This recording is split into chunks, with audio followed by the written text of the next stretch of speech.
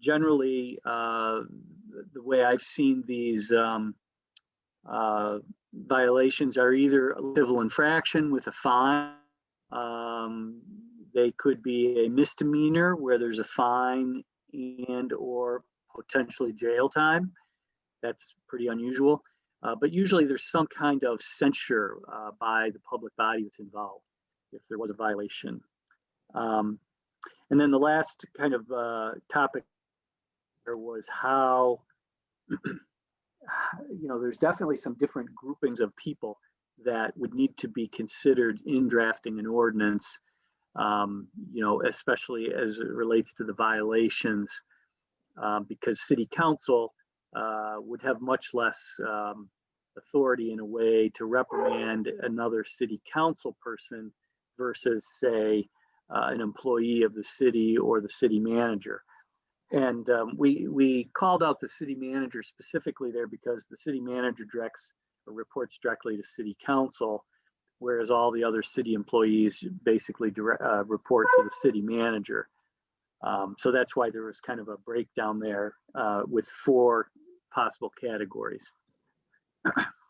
So those were really the comments that I wanted to make. And so at this point, I guess open discussion, happy to answer any questions. However, Mayor Keogh and City Manager Breyer, however you choose to proceed, I guess, at this point. Well, there's not that many people on the call, so as long as we're not talking over each other, I don't mind if somebody speaks up if they have a question. The goal tonight is not to deliberate the draft ordinance. That's provided as a, an additional piece of information, just as reference, I think. Right. Does anybody have questions for Scott on what he just presented?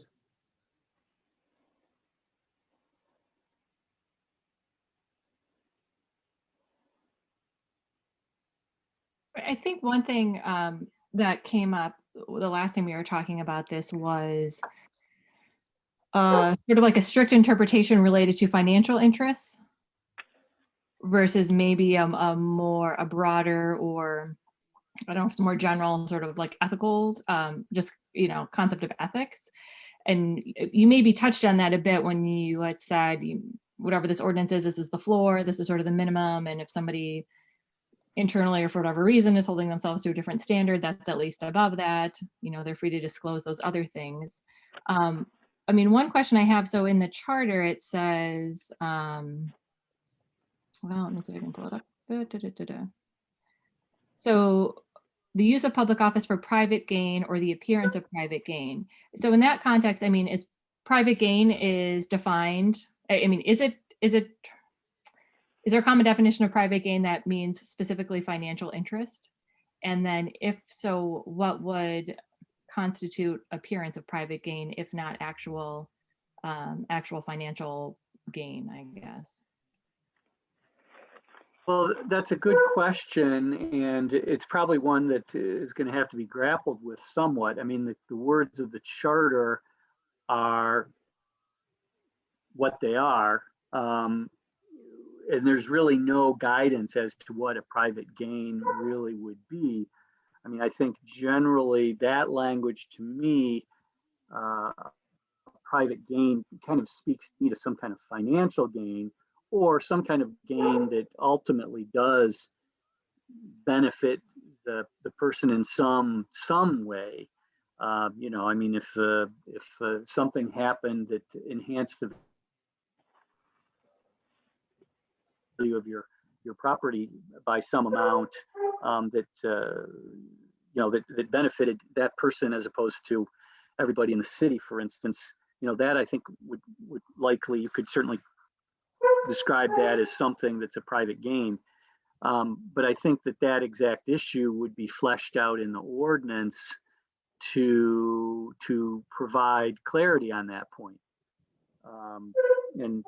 Obviously, the one that got circulated specifically mentioned financial benefit. but it also included kind of just, well, a matter concerning his or her own conduct.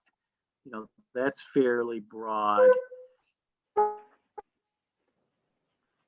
But right now, I mean, I think that's ultimately what the city council will be trying to flesh out as far as how they want those words of the charter to be, incorporated into the ordinance. Mm-hmm. With that in mind, Scott, to a degree, could that not be fleshed out by the body itself? I mean, I don't know how many conflict of interest ordinances you've looked at, but I mean, at some point we can't define everything, right? And we just have to have a human discussion about it, especially in my mind when it relates to the appearance of private gain. So can you just speak to that a little bit, maybe, like that idea? Well, I would say that there can be quite a variety of the complexity of the different conflict of interest ordinances. I think Justin found one from the city of Northville that's really it's 3 pages long. It involves more than just a conflict of interest. So the conflict of interest part is about a page. There are others that are more complicated. The state Attorney General's office kind of has a template that's 17 pages long. It really, I think that there can be a wide variety of exactly how complex you want to make it. But you're right. I mean, private gain. You could try to define that in the ordinance as to what you think it is. It's the private part is fairly straightforward. It's the question of what is a gain, and folks that were involved. I doubt there was very much thought about this when they adopted the charter itself. The charter is fairly lengthy. I doubt that anybody studied what exactly they intended by the language in the charter for private gain. So I think it really, I mean, not to kick the can or anything, but I mean, I think it really comes down to how the city council wants to implement those words. You could say private gain just refers to a financial benefit. You could define it very narrowly, or a little bit broader. That's kind of a long answer and perhaps not that helpful. No, I mean, I think what you just said is helpful. I mean, that helps me wrap my head around if we define the phrase private gain itself and we keep that definition simple, it leaves it open for a case-by-case interpretation to me, which I think is important in this type of situation because we're dealing with humanity. And I think we can't lose sight of that. And I don't think that I guess that's it. Yeah. I mean, again, the overall goal again is to make sure that the citizens feel that the boards are making decisions that are in the best interest of the citizens. What I would hope is if a board member thought they might have a conflict or, they weren't sure, but if they bring it up, then, like I said, everyone has the information and it's exactly what you're talking about. We're dealing with humanity here, and there's going to be every shade of gray, if you will. And so the public body might say, we don't care about that. It's not going to affect our decision at all. They might even say, we still feel you can participate in the decision. Now, that may be going too far, but maybe that person doesn't participate in the decision, but everybody on the board understands what's going on. And in that instance, let's say the conflict has been resolved, if you will. I mean, that person is not participating, but with the knowledge of that fact, move forward. And in a way that everyone is comfortable with. But it is going to be, I mean, ultimately, it's up to the discretion or decision-making process, if you will, of any individual that thinks they have a conflict. It's really the responsibility lies with them to raise the issue.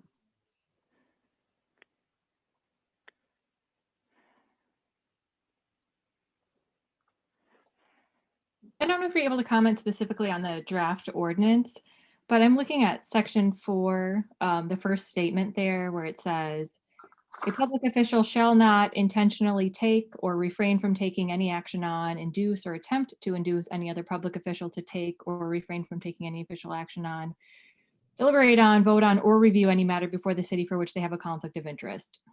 And then, so that seems pretty clear saying, if you have a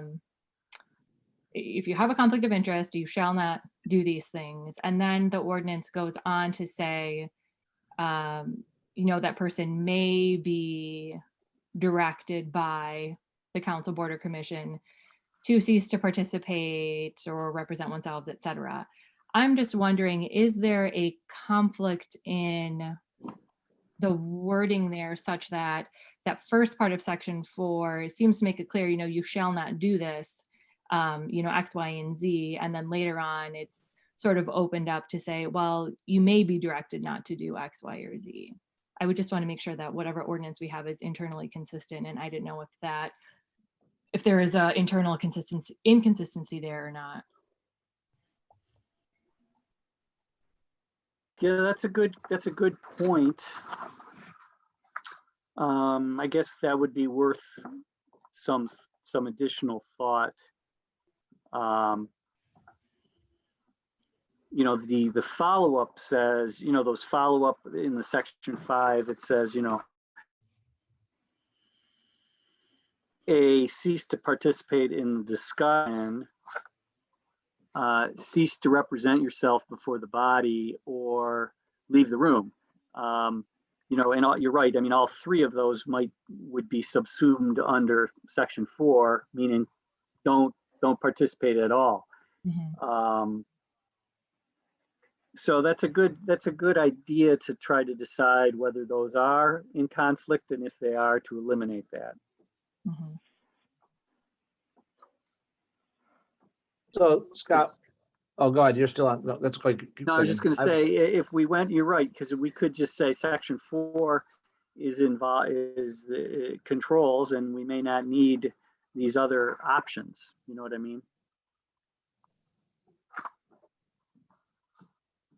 So I'm sorry. Go ahead, Sean. So I'm staring at section 506 of the charter as I'm listening, and also looking, I guess, at the preamble of our section 2. Do we need to put in the conflict of interest ordinance that first sentence? I mean, is that part of the statement of purpose? Or the part about the use of public office for private gain? The first sentence of section 5.06 of the charter, Scott. I mean, I know that the charter is referenced in the preamble, but then we go on. We have a purpose statement, I mean, which the charter says we have to have a statement of purpose, and we clearly have a statement there. Mm-hmm. And I'm okay with it, but I mean, sitting here listening, I mean, it doesn't talk about the concept of private gain anywhere. And I'm not trying to overly define those words, because I think once something's disclosed, I think that's the most important step in the process. And then it's up to the body to decide, yep, that person shouldn't be participating or whatever. But does that first sentence from the charter need to be reflected anywhere? Well, that's like another comma, to avoid the appearance of impropriety or public gain, or something like that. That's a great idea. I mean, that's clearly the thrust of section 5.06, that is that first sentence, as I read 5.06. So that's probably a good suggestion that guiding sentence be included in the preamble.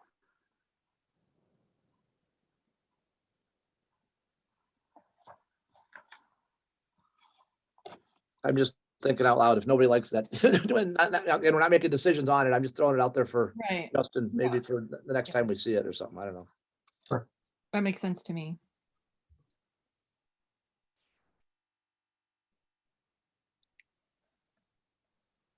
I also wonder a bit, if we're done on that note. So there's like the reality that something, I guess, is or is not a conflict of interest. It seems like the financial conflict of interest is the easiest thing to define. Then there's this appearance of private gain thing, which is sort of TBD, and maybe TBD in every instance. And then there's sort of what happens as a result of that. There will be conflicts of interest, actual conflicts of interest that are determined significant enough that somebody is directed to or not, to not participate. There might be, maybe there would be perceived, conflicts of interest that they're given a similar direction. Maybe there's actual conflicts of interest that are deemed insignificant enough and there's no direction given, or perceived that there's no direction given. I mean, it seems to me all four of those are, it's sort of like a 2x2, real or perceived, and whether you're stepping aside or not stepping aside. Does it seem like, is that true? Those are all in the realm of possibility? Depending on, I guess, or. Yeah, I would say, presuming that if we don't look at section 4, which is a straight prohibition, right? Right. So that there's some if there's some discretion allowed, I think that the chart makes sense in a way, real or perceived, and then what happens, whatever level of involvement might be, because I think that's a good way to put it, that let's say you disclose this potential conflict of interest, and it's so minor that everyone on the public body says it's so minor, we want you to participate in the decision anyway. Because that could certainly happen. And everybody's, again, if there's been a disclosure and everybody's aware about it, then it hasn't affected the decision-making process in some inappropriate way. And so keeping, perhaps having the discretion to do that makes some sense. And obviously there will be many conflicts that would be, they would be significant enough that it would not be, the body wouldn't want that person participating, and, they shouldn't participate. I guess I only would say that matrix sounds like it makes sense. There could be one or two other cells that get added into it in a way, as far as conceptual. I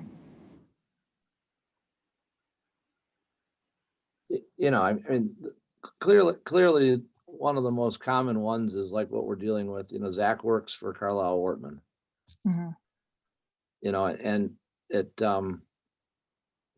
anytime you review the bills and payroll and you see them on the bills and payroll, Zach's going to abstain from the vote, and then he's going to explain it afterwards, which is kind of opposite of what we're really trying to, I think, accomplish, which would be that, you explain it up ahead of time, and then when you abstain, but we don't do a lot of discussion because bills and payrolls are on consent.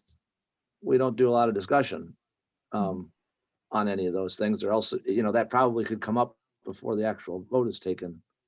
I suppose there are council reports or whatever on the agenda, and we talked about at the approval of the agenda, adding something. I think all of those are worthy considerations. I think I made the comment during one of the times we reviewed this that there were a couple of times on the DDA board where a DDA member, abstained from the said, I think I have a conflict here and I need to not participate in the discussion. So it does come up a little bit, but most of the time, when the person says, hey, I think, I don't think I should be a part of this, nobody typically forces them or tries to talk them into being part of it. It's usually not like, okay, we're going to take this up and figure out how you can participate. It's like, okay, you feel there's a conflict, we grant you the fact to not participate, and that removes all the concern. But if you do get to something, like you could make an argument that Zach, if he never worked on anything that with Carlisle Wortman, if he never worked on anything with us, you could argue that it'd be okay for him to vote to approve the bill. I mean, there's an argument there too, if you wanted to go that way. And wouldn't it be, it might look weird to some, you might be like, well, why would you allow him to vote on his own company? Well, you could argue he had nothing to do with it. He might not even been working that day when the work was done. He doesn't set the rates. He didn't prepare the invoice. He just happens to be on council. So like I said, most of the time my experience has been that when somebody discloses something, it's because they feel, like they're somehow tied to the dollars associated with that. And the decision that would be made would affect them somehow. So they step out of it. And that's when, when the charter was being put together and it directly talks about monetary expenditures. Now it does say making significant monetary expenditures. We could argue over what's the definition of significant. Some of these things are all day long, right? But it's clearly focused on the dollar side of things, I think. Well, and Sean, to that point, and Scott, correct me if I'm wrong, but I believe that there is a state law regarding contracting, and there may or may not be amounts associated with that state law. Yeah, could be, Justin. Yeah, you're right, Justin. There is a state law that applies to public officials, including locals, that relates to whether if there's a contract between the person and the city, that is construed to be a conflict, unless they're kind of like a bunch of exemptions for de minimis amounts, or if the person is a teeny owner of the company, et cetera, et cetera. But those would still apply. They even apply right now. And so we did include that reference that this conflict of interest ordinance is in addition to those state laws that are already in effect. But I don't. And contractor selection is definitely specifically named in section 506 of the charter. Yeah, that's right.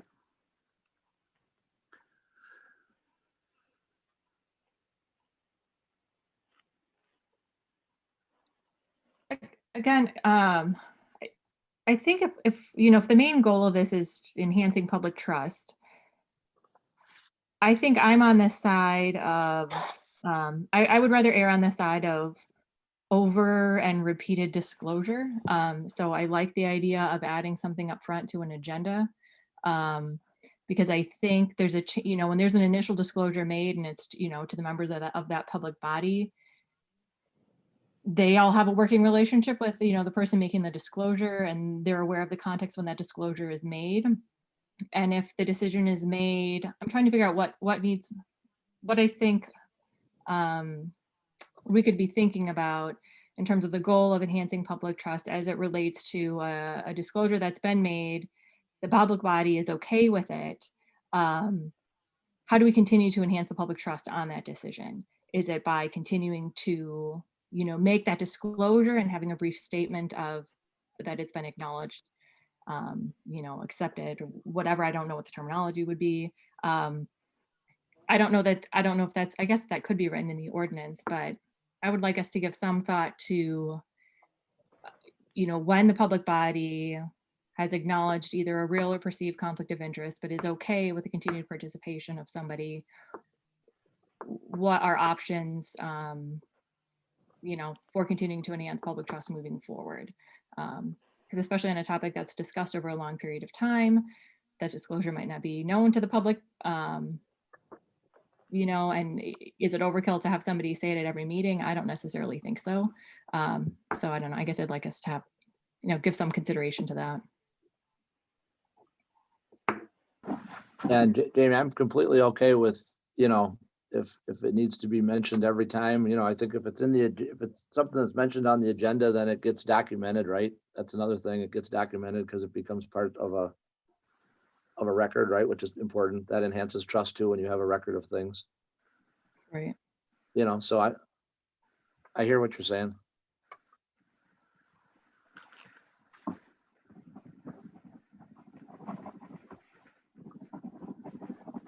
I guess I have one last question for Scott. Relative, definition of relative is extends beyond immediate family to, I guess I don't know what immediate family means. When you're an adult, it's your spouse and your children, or it extends to your, adult siblings, parents. That may be in there somewhere. Are you that in the draft ordinance or not? I think it was in section 3, number 5. Number 5. Yeah, section 3, number 5 has a definition of at least that's where relatives are anyway. Right. And brothers and sisters would also include in-laws. I don't know if we would need to specify that.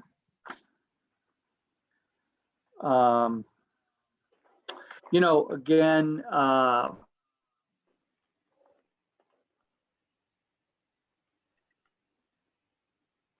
I would probably include that. But again, that's kind of the the final touches of the council's decision on how broad of a net they want that to be. If someone is benefited, how far away does that benefit land before it affects a potential conflict of interest for the person involved.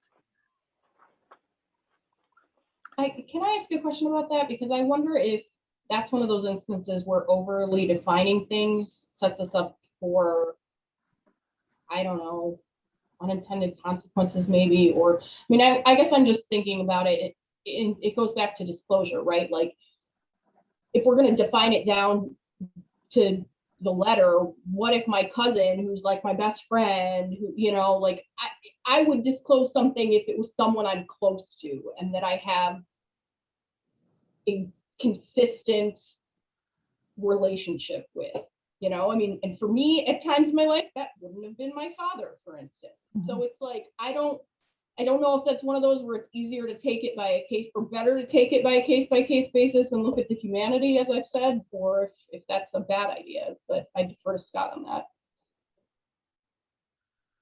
Well, that's an excellent point, because really, again, goal is really to unfair financial advantage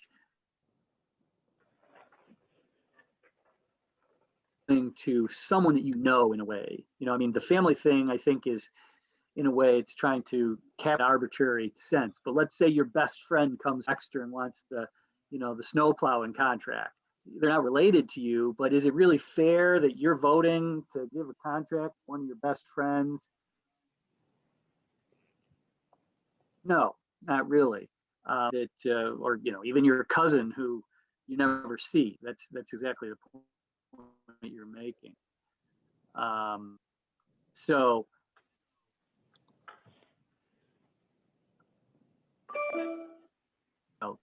the language could be, tweaked for people to know. How do you know who's friends with who?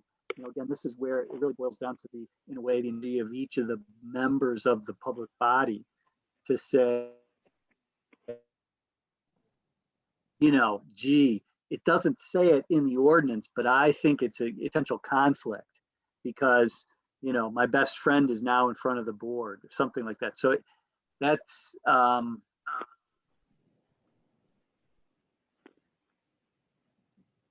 that's where it's difficult, because self-reporting, people understand that and are willing to self-report. You know, that's the behavior we want to encourage, so that the decisions that are made are, you know, have a lot of have the trust of the citizens of Dexter. So, you know, that could be addressed or attempted to be addressed in the tweaking of the language. I guess I was maybe going more the other direction. Ah. I don't want to, I'm not trying to make this thing 17 pages long. You know, I think that I definitely am all for over reporting, because I think that that does help with the public trust. You know, let's put it out there as many times as it happens. That's fine. But I just think that, especially, I don't know, I think that we need to leave things open a little bit for interpretation. And I think that we could get very bogged down and create unintended consequences, especially in a town this size.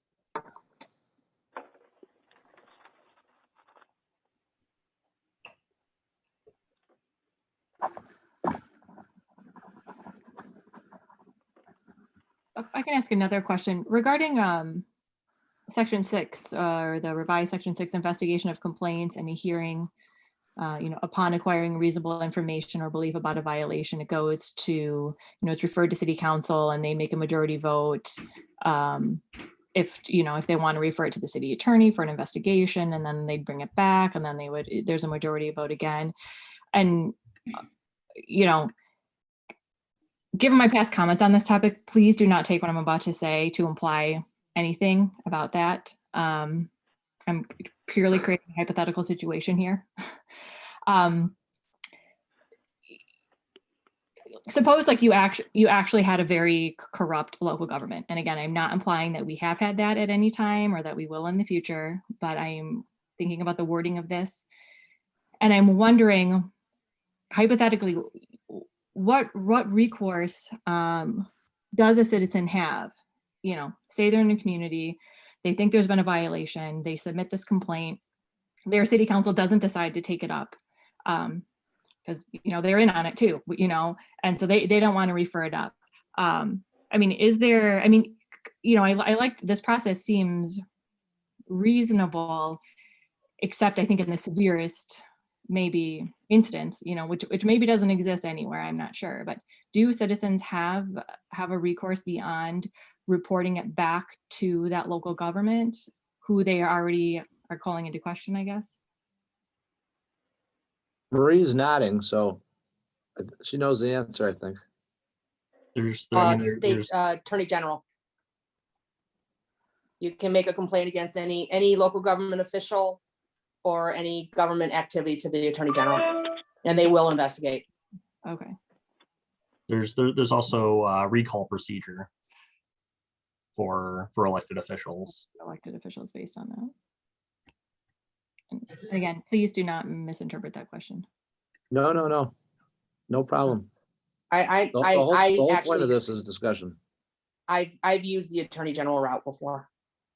So, I mean, it does exist. Well, and I will say that when I worked for the state Senate, we had a person in our office who was the special projects director, who we would have people who had filed complaints with the Attorney General and weren't getting a response. And then it was that person's job as on staff to like try to be the liaison and move the thing forward. So, you know, there are other options within other governments to work on that. And just to follow up on that, there is, and I don't know, Marie may know that it's the Attorney General, but there definitely is a law against misconduct in office under the Michigan Penal Code. And so it's possible that you could also make a complaint with the Washtenaw County prosecutor. I don't know the answer to that, whether it's attorney general or county prosecutor or maybe both.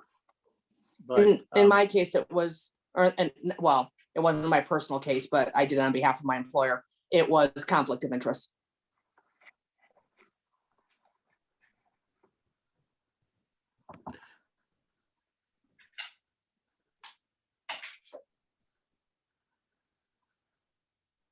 Yeah, I mean, yeah, I feel like it kind of comes, I mean, the whole, what I'm taking away a bit from this conversation is it comes down to the balance of, maintaining flexibility and like the realness, like of we're dealing with people, but also wanting to enhance public trust. So balancing that, letting people be humans with relationships, and enhancing public trust. So seems to be finding the right balance between those things.